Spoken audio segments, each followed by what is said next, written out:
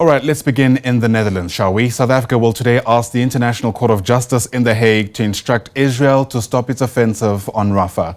The hearing at the United Nations highest court is the latest intervention by the South African government in its legal case where it's accusing Israel of committing genocide in Gaza. Let's make sense of this moment. Bring in SABC News international editor Sophie Mokoena with us here in Auckland Park, Studio 9. Great to see you as always. Thanks very much for popping by, especially at these moments where it feels like the tide may change again. We've been at The Hague before. Many people will remember the lengthy back and forth between Israel and South Africa. I suppose top of mind as we begin with context is what's different this time around?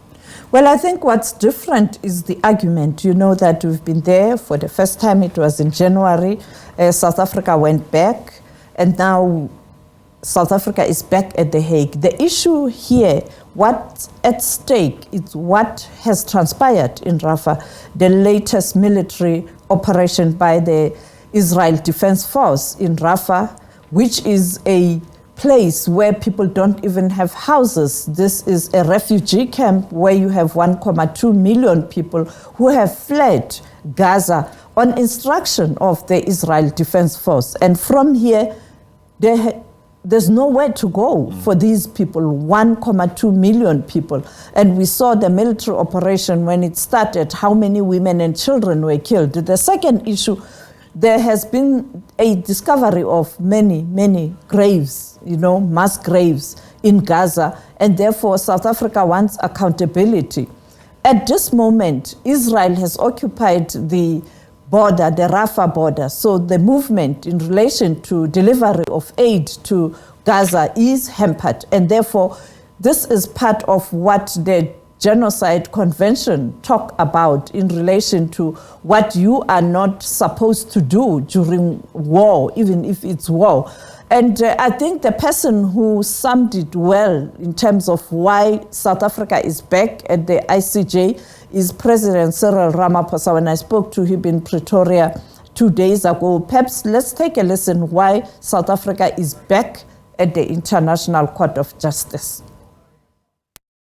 A further application because the attack on Rafah is a big concern to us, and we've decided once again to approach the court to issue an injunction to stop the slaughter of Palestinians in Rafah. We see this as collective punishment, and something must be done to stop what is happening with so many Palestinians being killed, women and children and civilians. So that is why we are going once again to the International Court of Justice, and we do hope that this time Israel will heed the injunction of the International Court. So what the president is saying is important. There were provisional measures that were given for Israel to respond to. And if the last couple of months are anything to go by, it doesn't seem like Israel took heed of any of that. Yes, you know that immediately after the measures were handed down by the International Court of Justice, when South Africa went there for the second time, Israel made a statement that indicated that the country was going to defy the courts and was going to violate the Genocide Convention. And therefore, that is why the president is saying that since then, it looks like Israel is not willing to listen or to implement what was handed down as provisional measures. And therefore, the court will have to look at the fact that Israel is defiant and defying the international court, the World Court. And therefore, they would want this court to be much clearer. The other important issue, they are asking the International Court of Justice to impose measures such as cease fire indirectly, that's what they are saying, to halt the operation and also to cease to attack Rafah. But secondly, the issue of the border, the Rafah border between Palestine and also Egypt, that has been now invaded by Israeli forces. They must leave that border. And we know that that has led to a serious tension between Israel and Egypt. Yeah. We know that the Abraham Accord, that's where the countries agreed that they will respect each other. And therefore, Egypt feels that all the accords have been violated. And that is why Egypt has announced that it is preparing and considering supporting South Africa at the court, particularly when the merits of the case are heard. We had Turkey saying that. We've had the other country, Libya, which is also an Arab nation, saying that they will support South Africa. And there's a swell of support for South Africa now. And it really marks a shift, if you like, in the region, right? We know that Egypt, as you've mentioned, has usually been seen to be aligned with Israel for all intents and purposes. But the fact that even Egypt itself is now supporting South Africa is going to raise questions around, at least at the level of perception, whether or not Tel Aviv is being isolated internationally. Yes, you saw what happened with even their allies. That is the United States of America. You can see that the country is beginning to consider its position in terms of how they are supporting Israel. As you heard earlier on, Alex pointing out that there's a shift also in Washington, and therefore Israel is really facing a difficult time. That is why they are so angry with Egypt after Egypt made that announcement. And with us, it gets even more complicated. I did ask the president that the issue of tension, and particularly when he was addressing the business community in Pretoria, he pointed out that he is fully aware, Pretoria is fully aware that this might lead to hostilities being escalated by the allies of Israel.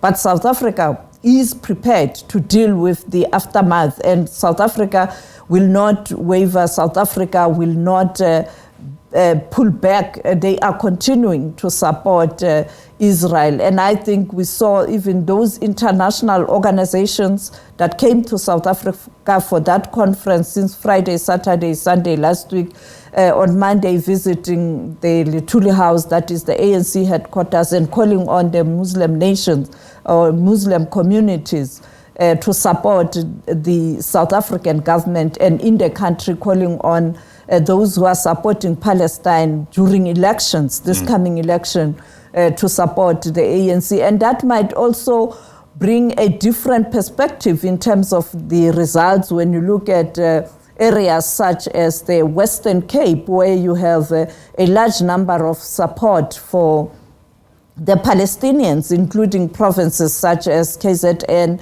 You have communities that are supporting Palestinians, and also here in Gauteng, you have a large contingent or a large vote of people who are supporting Palestine, and therefore now they will have to factor that in when they go to the polls on the 29th of May, and therefore this issue having impact in terms of elections, not only in South Africa, including other countries. When you look at countries such as the United States of America that will be going to elections, and you can see Biden is trying to ensure that there's a finality to this matter, because this will affect the perceptions, but also how some of voters in the United States of America will decide in terms of who to vote for, because you have a large number of people who are supporting Palestine. Absolutely. In fact, I've seen an article about Trump and Biden preparing for a public debate on the 27th of June. I have no doubt this will feature very prominently at that time. But very quickly, there is no overstating the importance of the Peace Palace, right? But there are very serious concerns about whether or not there's any muscle. We've spoken about the difficulties with enforcement. Even if the ICJ were to deliver the harshest finding against Israel, the lingering concern is around whether or not anything changes on the ground.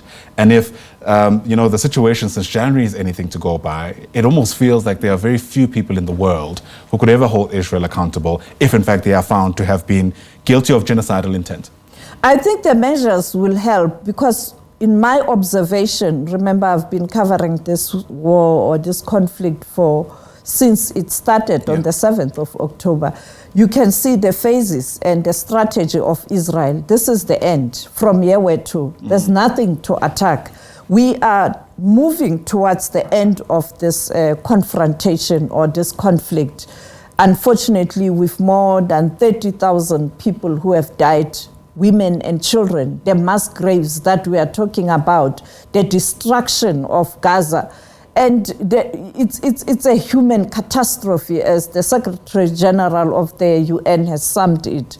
But I think we are heading towards that, and therefore the measures can really push Israel to arrive at that, because also the big ally, that is the United States of America, is beginning to give signs and signals that now this must end. And therefore, Israel, you know, they depend so much on America in particular. Even though Benjamin Netanyahu was arrogant to say they don't mind being on their own as Israel, but I don't think that will sustain the war in Gaza if America is taking a backseat or reconsidering its support for Israel. And therefore, I think it will help, and I think that's why you need all cylinders to try and pressurize the warring factions to go to the negotiating table. We know that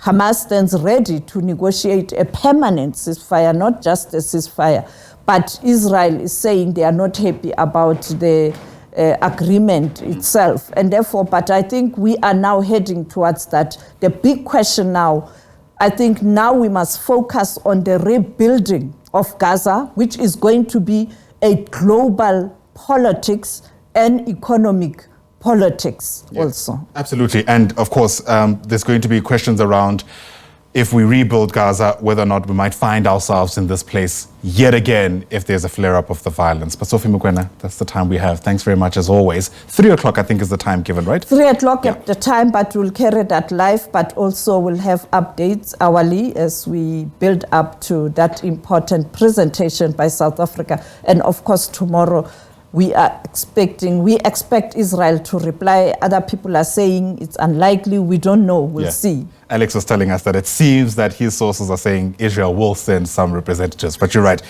Time will tell. Sophie Mokoena, as always, thanks very much indeed. Sophie is SABC News' international editor as we watch this incredibly important story continue to unfold.